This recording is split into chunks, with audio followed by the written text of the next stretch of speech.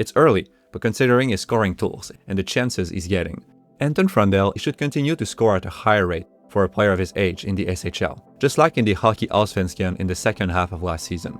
Frondell från snävvinkel, det gör mål!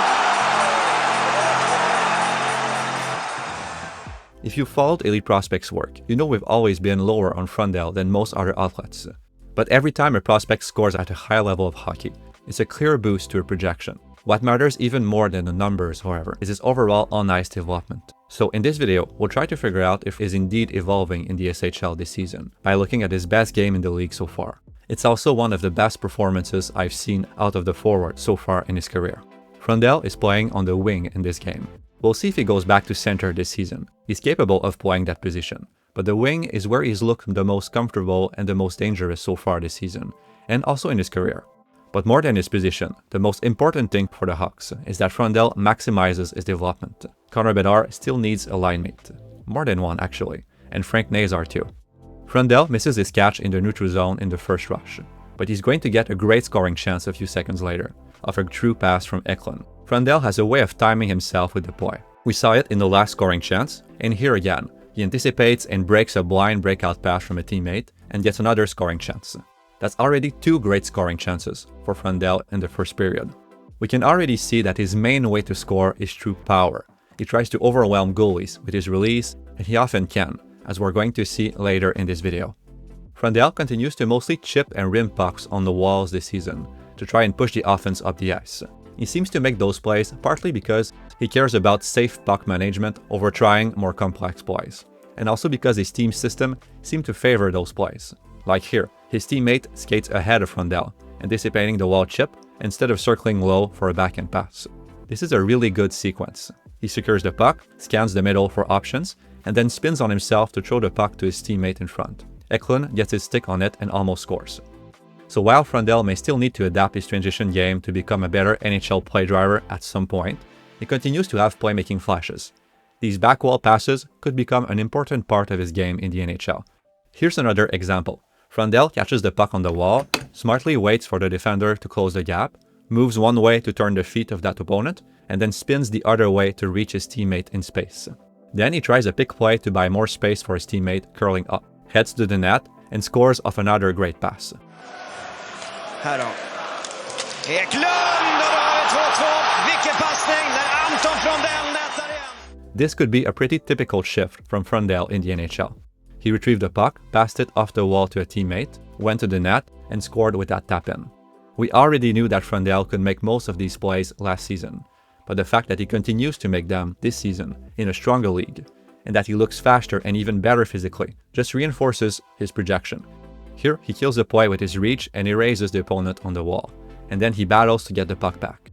What Frondell has to continue to develop this season are his own play-driving skills. Here, he helps break up a play, which leads to a transition chance for his team. We see a bit of the same formula as last season. Frondell makes the first play and the last play leading to the scoring chance. He gets the puck back, Eklund or another player carries it and challenges the defense, attracting multiple opponents and creating space for the offense. Frondell times himself with the play and puts his full weight into the release. This was a good play, especially because it led to a rebound.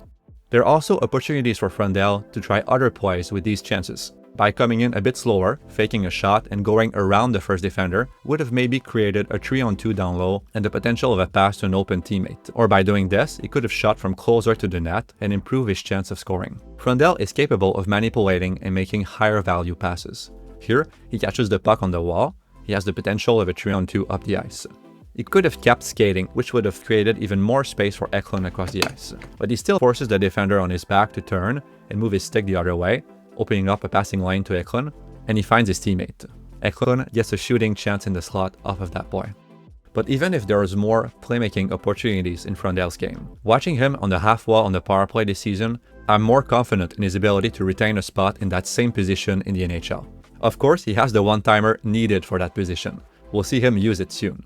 But he's also moving the puck around and finding open options well. Första utvisningen av Björk spelar alltjämt 17 år gammal. Han spelar hela nummer överräkningen till streck. Frondell här har med sig Sissons på blå. Den här enheten smittade rätt senast över för Björk. 5 mot 4 spel nu. Björk vidare för Sissons. Svag passning. Björk attackerar. Frondell finns spelbar, har ett skottläge, tar det också! This is another forecheck shift from Frondell. He gets to the puck, knocks it away, and then goes to retrieve it on the wall. Last season, he had the strength to win battles, but he didn't look to win the inside lane on pucks as often as he should. Here, instead of going shoulder to shoulder, he avoids the first contact and tries to get between the opponent and the puck. He lacks support, so the puck goes to the other team, but he still played that engagement pretty well. That's how he's going to win pucks and extend possession for his team in the NHL. Here's another example of Frondell handling the power play half wall. He makes simple plays, but keeps his feet moving and drags defenders with him. He protects the puck and stays in range of defenders to keep them on him, control their sticks, and open passing options. If he doesn't end up filling that half-wall role on the Hawks' first power play, because they may want to employ an even better playmaker there, he could also find a role as the bumper or goal line / net front option. He has the shot, the handling skills, and the ability to find space and use his frame to succeed there too.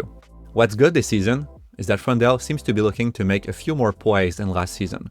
This is a difficult situation. It's a 2 against 3 with a close support. There's not much he can try here, but he doesn't dump the puck, even if it may have been the safest play.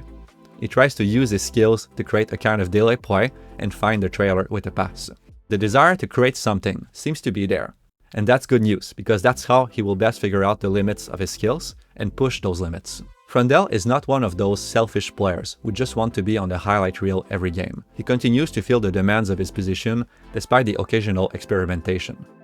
There are some encouraging signs in Frondell's play this season. He looks faster and seems to be continuing to develop his physical skills. He's on the interior of battles more often, and he's faking defenders to get off the wall and find teammates in space. He moves the puck well on the power play, and we see some playmaking attempts. By the end of the season, hopefully, he should become a really effective playmaker from the back wall.